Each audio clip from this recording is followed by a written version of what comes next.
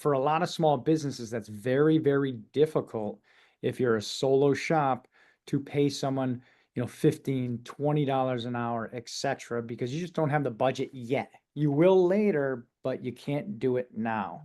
And that's what a lot of our students are, and that's what a lot of small businesses are. So when I realized that there was another world out there that was labor, it fit either getting your time back, allowing you to scale, or becoming more efficient.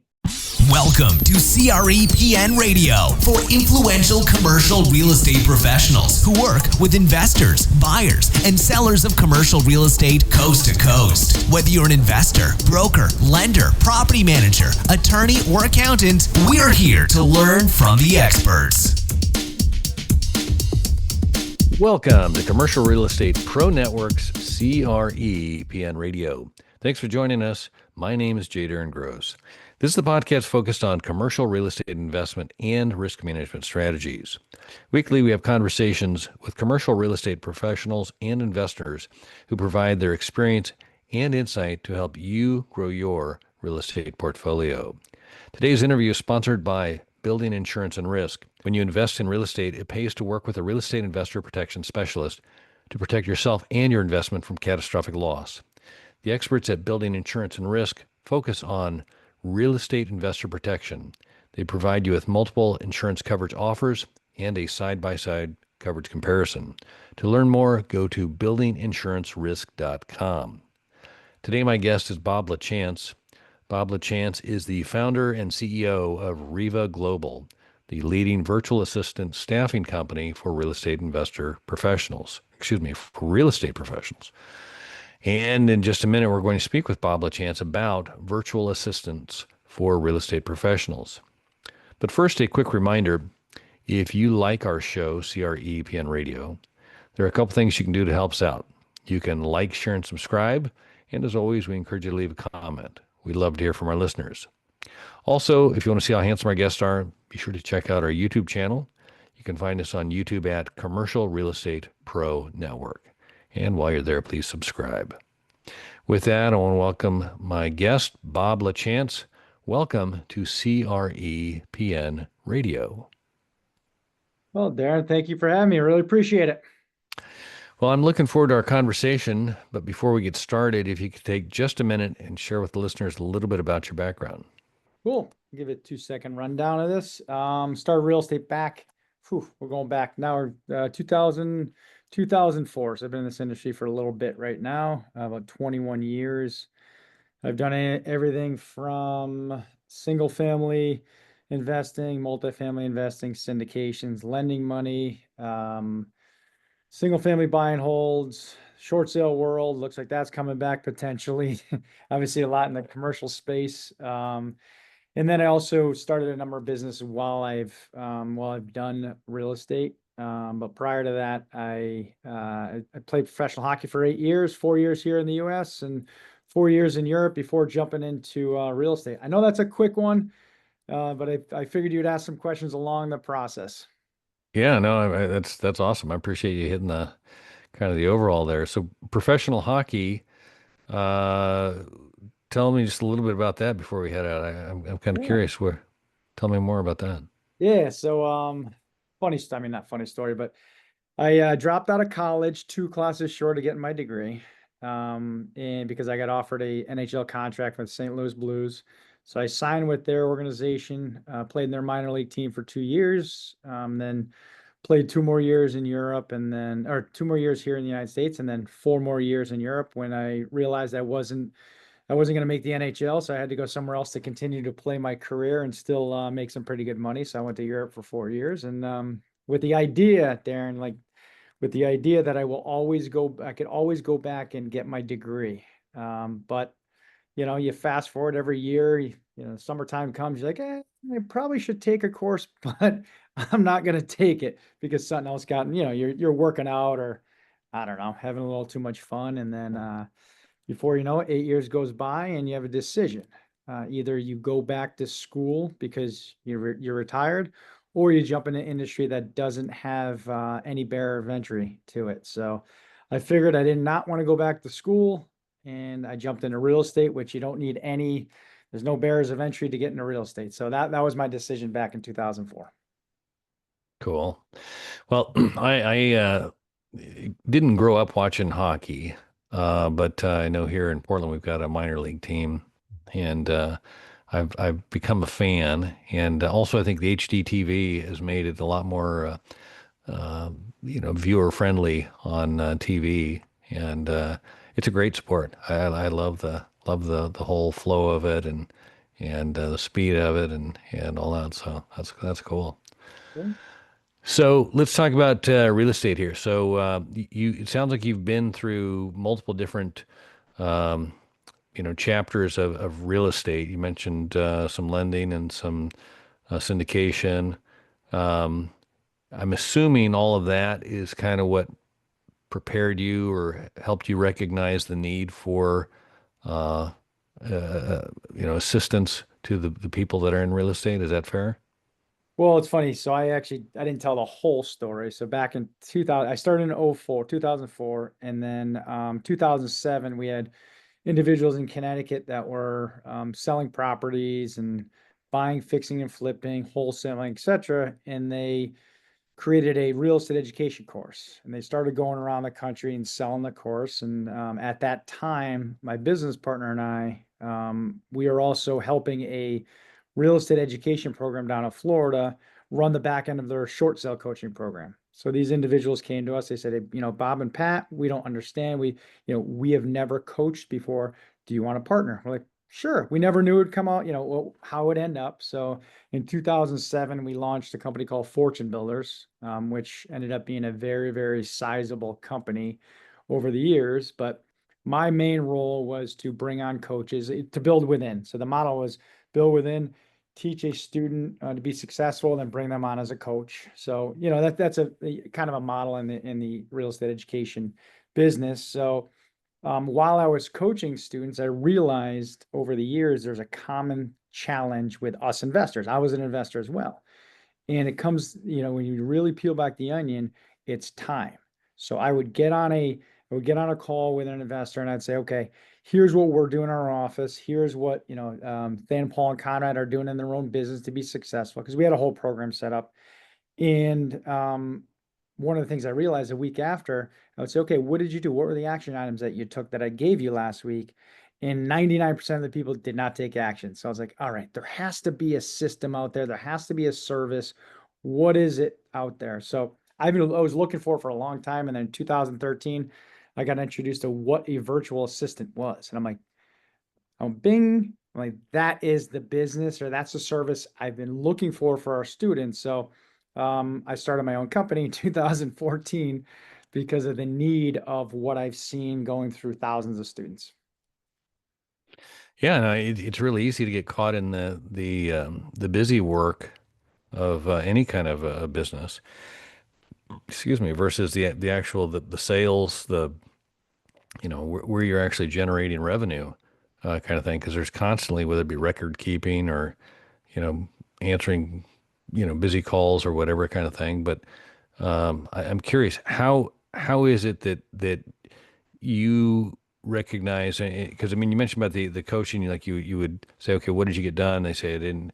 So what was it that you recognized, or what was that the virtual assistants were able to accomplish for these people? Yeah, so there's three challenges. Was, we had students that wanted to scale their business but may not have had the exact resources to hire someone. We know this in United States, wages keep going up. Minimum wage keeps going up and up. I live in Connecticut now. I think they raised it again. I believe we're either at $15.69 an hour or more. So they keep wanting to push it to $20 an hour. Now, for a lot of small businesses, that's very, very difficult if you're a solo shop to pay someone, $15, $20 an hour, etc., because you just don't have the budget yet. You will later, but you can't do it now.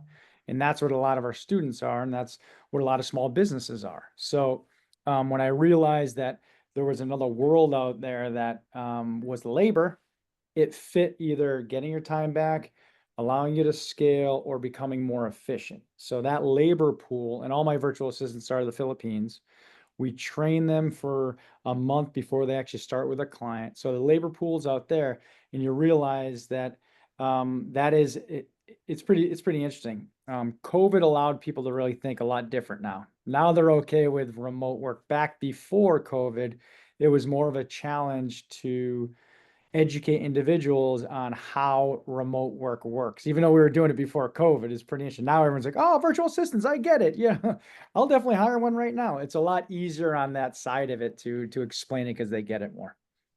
Yeah. No, I can totally concur on the COVID experiment there. How things like this. I mean, just the whole Zoom call or Mhm. Skype or whatever it was. All the different methods and just it really is a matter of getting some time back. I find the need for being in front of the customer or the prospect, while it's still there's no measure of I mean, it's impossible to measure the exact benefit of actually being face to face, but the opportunity to be able to see somebody, look somebody in the eye, and especially like even with a VA, to be able to create that connection for, the one hiring the VA, if that needs to be some sort of the opportunity exists, I guess, and like I said, people are more comfortable with it. So I'm curious. So I've hired a VA. Well, actually, I've hired multiple VAs for like lead generation. And one of the things that I knew that they could help me, but I didn't understand exactly how they could help me. And I'm curious, in your situation, how do you guys work with your clients to help them understand what task, what issues they have that they can, you know, give to a VA to improve their production? Yeah, there's usually one thing typically when a client will reach out to us, they'll say, "Hey, Bob, you know what? I'm having a tough time with maybe lead generation because every business, if we don't have leads, we don't have a business." So they'll do certain things, whether it's taking inbound call leads from mail, whether it's, on the phone, whether it's outreach direct to seller. There's a lot of different lead generation, whether it's social media management that manages your social media posting every day. When I first started real estate, the reason why I know that's a huge need is I have a real estate education company as well, or not real estate education. I have a real estate company here in Connecticut as well. We do over 200 transactions a year. And when I first started in 2004, what I would do is I would door knock. I would get a list of potential sellers and I would door knock. And then when I get home, this was from 10 a.m. to 3 p.m. I'd come home and I would skip trace those numbers, meaning I would look online, 411.com, white pages, try to get the best phone number for those individuals that I door knocked. And I would leave a leave behind package as well.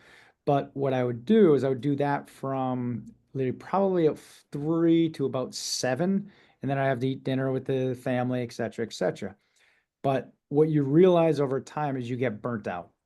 That burns you out when you're on the phone all day long trying to generate leads. Because generate leads, I think our job, you said it before, Darren, I think our job in where we make the most amount of money is sitting face to face, whether you're raising money, whether you're talking to sellers, whether you're negotiating a contract, that is where we as real estate professionals make our money, right? Real estate professional, you could be an attorney as well. You have to sit face to face with that individual. Insurance, same thing. Mortgage, same thing. So you're encompassing all these things, but the lead generation stuff is really what burns you out. So we automate that. We send all lead generation over to our virtual assistant team.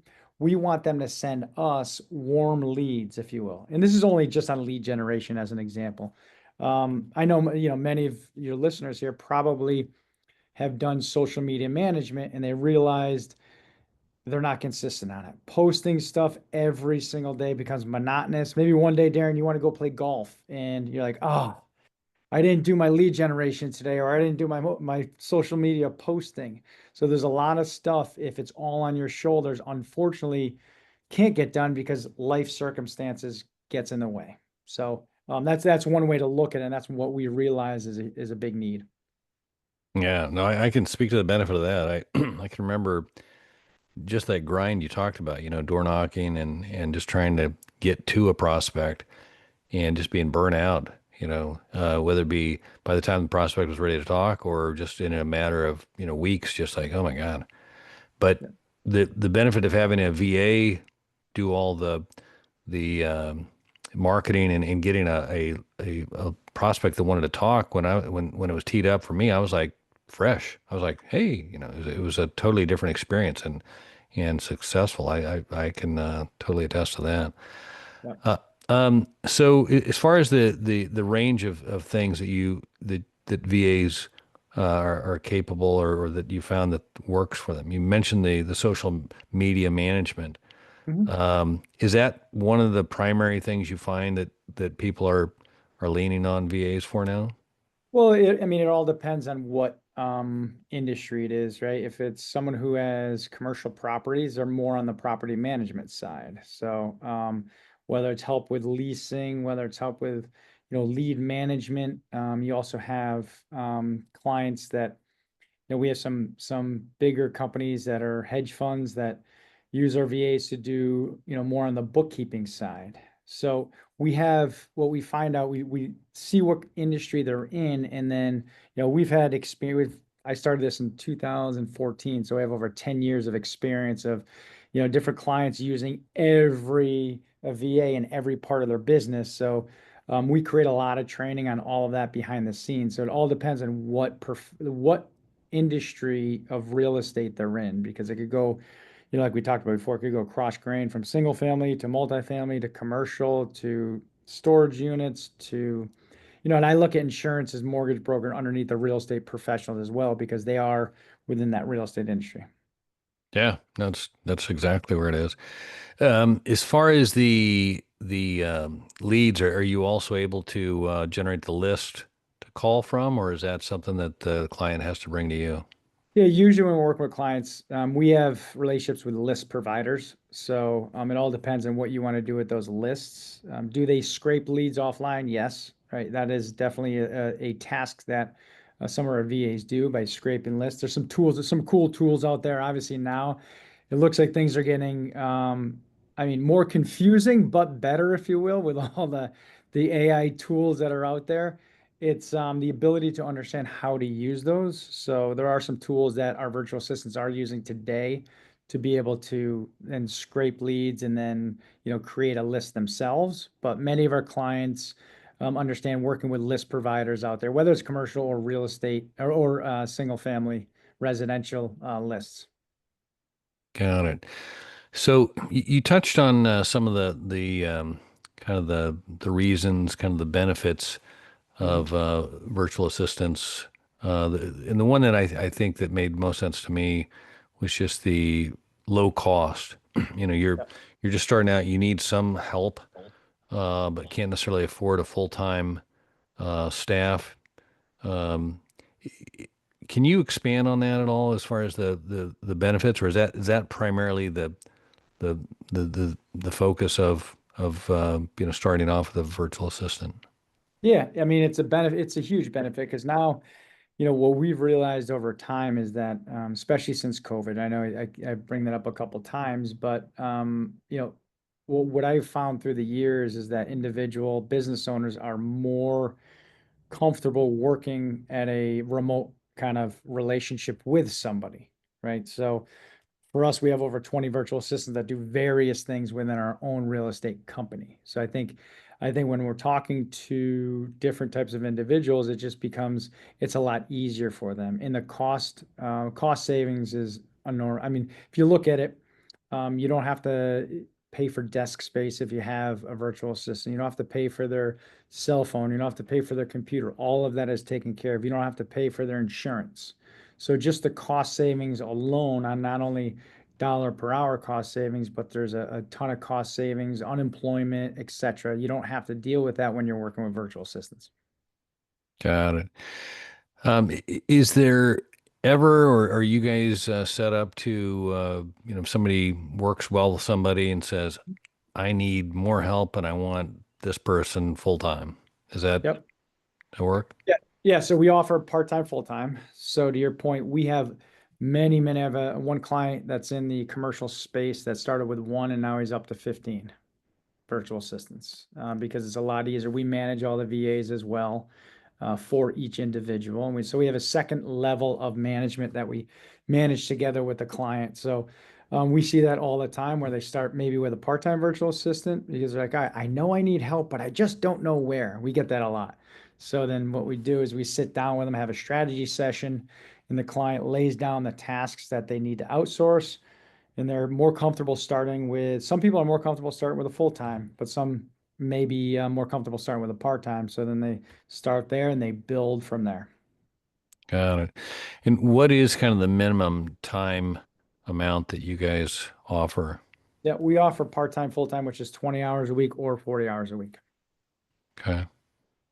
Yeah. And I'm trying to think here what else I got on is there a rate range for a VA? Is there a Yeah, we keep it very standard for us. It's $10.60 an hour per hour per VA. And we've tried every different model. We've tried the 10-hour packages, 30-hour packages. It's just very difficult. What we have found is virtual assistants as well. And this is, for someone, if they want to go hire a virtual assistant themselves, they could, right? But do be aware of on the other side of it is you definitely have to manage them, make them part of your team, bring them into your weekly calls, right? A lot of our clients have huddles, daily huddles. We have it here as well in our real estate company. Invite your virtual assistant, make sure they're part of the team. Because you start looking at them, make sure you manage them. We touch point all the time. I use Viber, which is like, I guess like Skype. I don't use Skype anymore, but that is kind of funny you brought that up. That's exactly what I used to use all the time. But now, you have a lot of online tools like Slack and Viber as well that people use. But make sure you keep them as part of your team and you manage them that way because it's very, very important. Like I said, we do help that. We have what we call a client service manager that is on top of that manages the virtual assistant client relationship. So you have another level of individual. So we get this a lot. We say, Bob, our virtual assistant's doing fantastic, but we want to start training them in, maybe this CRM because we just changed our CRM platform. We say, okay, perfect. What CRM is, so we work with the client to help train the virtual assistant on the new tool that they want. So that's a very big benefit by working with a company like ours because we have a second level of management with you. got it? Is there a percentage that you could identify of the VAs that are client facing, meaning not your clients, but the clients, prospects, clients facing versus just doing more of like back office type work? Probably 50-50 if I had to guess. Because like I said, we have the back end office would be, collection, billing, accounting, even skip tracing, client facing, I think you'd call like transaction coordinating, lead generation. Admin work too is more of the social media management as well. So if you look at it, you probably say 50-50 because we're at over 500 virtual assistants right now, just in real estate alone. So we have a pretty large gamut of what tasks that they actually do, skip tracing, the social media manager, like we talked about, lead generation, marketing, bookkeeping, etc. Got it. And is there what am I going to say? Is there a size of company that you find that's, I mean, we've talked about the startup, the guy that's trying to do it, but I'm curious because I see this, or at least I believe I see it. Is there any limitation on the size of company that's hiring virtual assistants? No, because we have the mom and pops, the solopreneurs, and we have a couple hedge funds that we work with as well. Yeah, yeah. Yeah. No, the more I think about it, the more I recognize that a lot of the people that I do speak with are not, they're not domestic. They're overseas or whatever, and just that virtual. I mean, it works. It scales. It's a great model. Want to ask you, so one of the things that I've always been kind of curious about, for those that are client facing Mhm. virtual assistants, do you find that a a male versus a female voice Mhm. works better? There's no data that says that. We literally have both female, both male, and we have in our own business and our clients.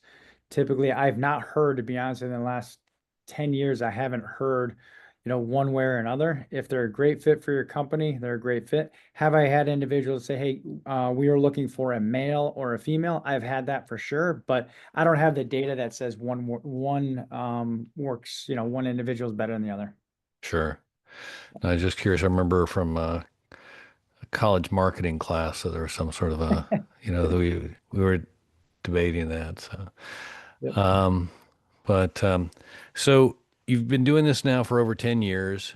You've got, you said 500 VAs in your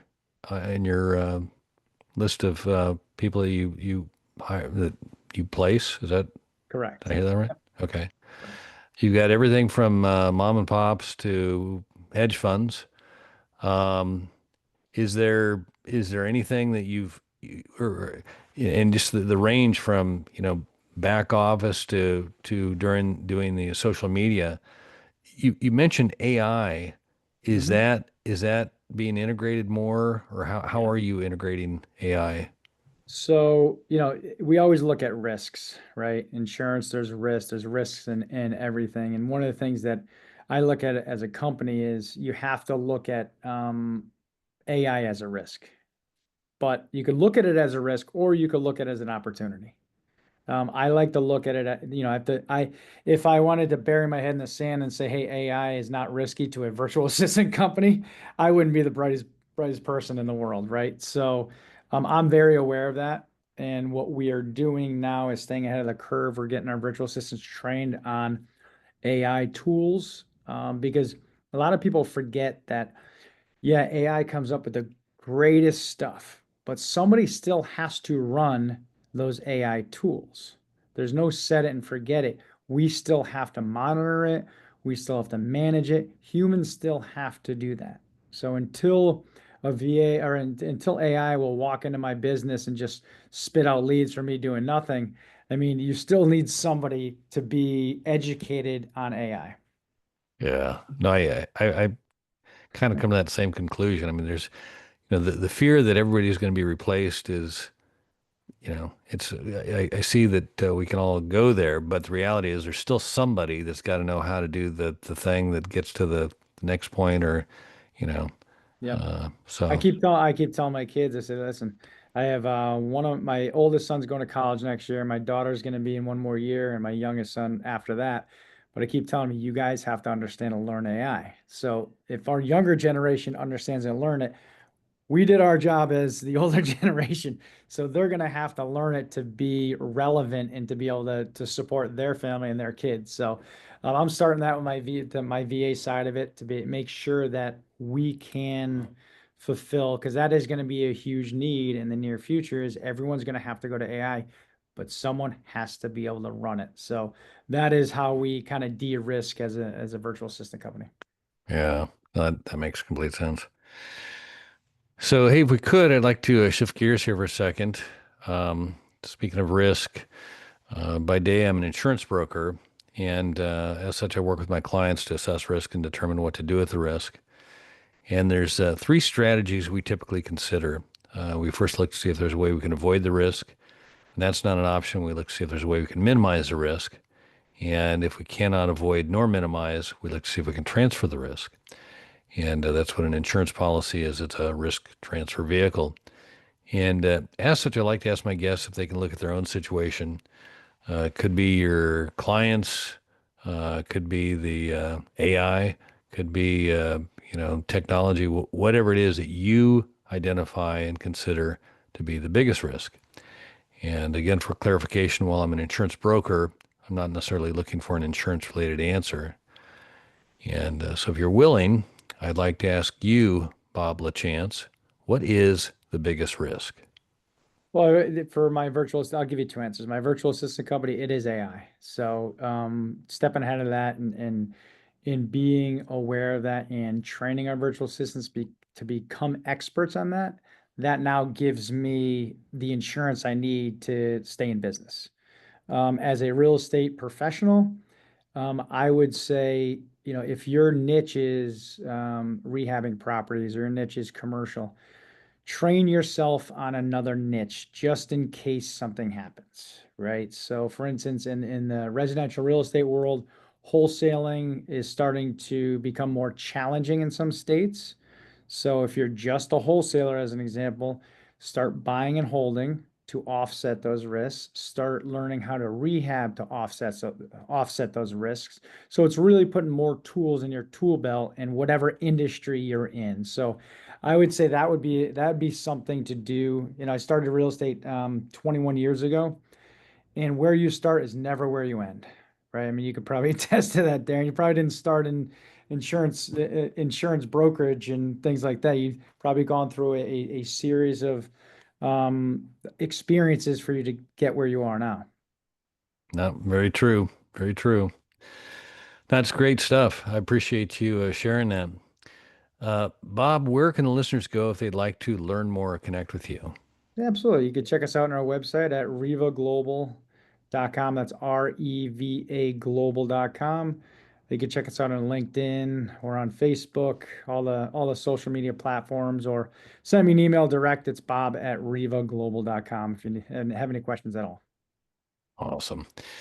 Well, Bob Lachance, I can't say thanks enough for taking the time to talk. I've enjoyed it.